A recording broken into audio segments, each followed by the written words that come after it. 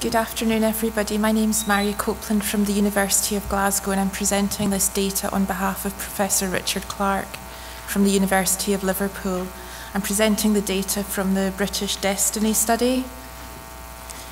So there are three critical questions at the moment in chronic myeloid leukemia: how to predict which patients are going to transform to an acute leukemia, how to manage side effects in patients, and to identify which patients with good responses are able to discontinue therapy. Many studies have already shown that it is safe to stop therapy in those patients who are optimally responding and have undetectable levels of BCR-ABL, which is the gene that is abnormal in chronic myeloid leukemia. What we wanted to explore in the Destiny study was the potential of cutting the dose of tyrosine kinase inhibitor therapy in CML by half, followed by stopping therapy in patients not just with undetectable disease, but also with stable low levels of disease.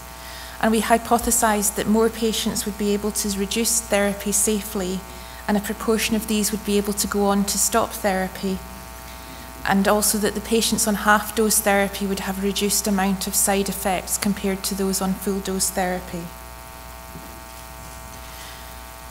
So entry into the Destiny clinical trial was allowed for patients that not only had undetectable disease, which we called MR4, but also patients that had low levels of detectable disease, which we called MR3.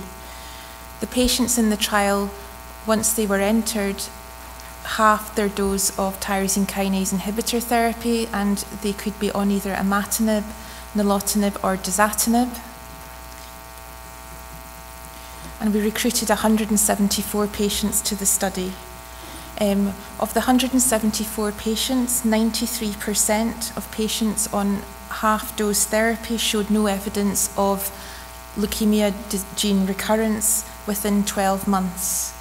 We had 12 molecular relapse, which was defined as loss of MR3 on 2 consecutive samples. So we showed that the leukemia gene was rising in these patients, and this occurred between the 2nd and the 12th month of reduction of therapy. We split the patients into 2 groups: those that had undetectable disease, which was MR4 at study entry, which was 125 patients, and those that had low levels of detectable disease, which we called MR3.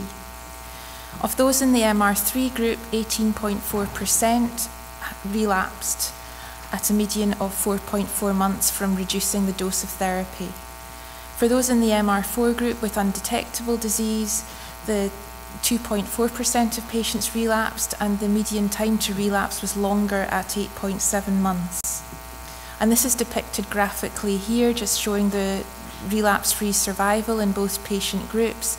And we can see that the levels of relapse in both groups that have therapy is low, but the level of relapse is much less in the MR4 group, which had undetectable levels of the leukemia gene. When we went on to retreat patients with full dose tyrosine kinase inhibitors, when they demonstrated recurrence of the leukemia gene, all patients in both the MMR group and the MR4 group recovered within 4 months to very low levels of disease. We wanted to understand the effect that reducing the dose of the tyrosine kinase inhibitor would have on TKI-related symptoms over time. And these plots, at 12 o'clock, we have the baseline levels of symptoms. And we can see that as patients proceed through their therapy, within the first 3 months of therapy, patients had significant reductions in lots of different side effects, including lethargy, diarrhea, rash, nausea, edema, and hair thinning. So these all improved within the first 3 months of reducing their dose of therapy, but thereafter there was no further improvement in the symptoms over time.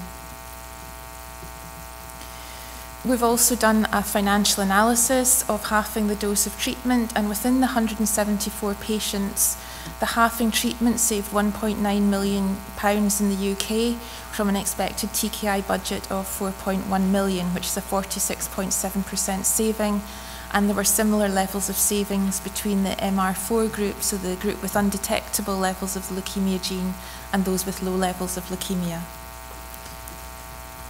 I'd like to acknowledge funding from Bloodwise and from the University of Newcastle, and also like to acknowledge the CML patients and the teams that contributed patients. Thank you.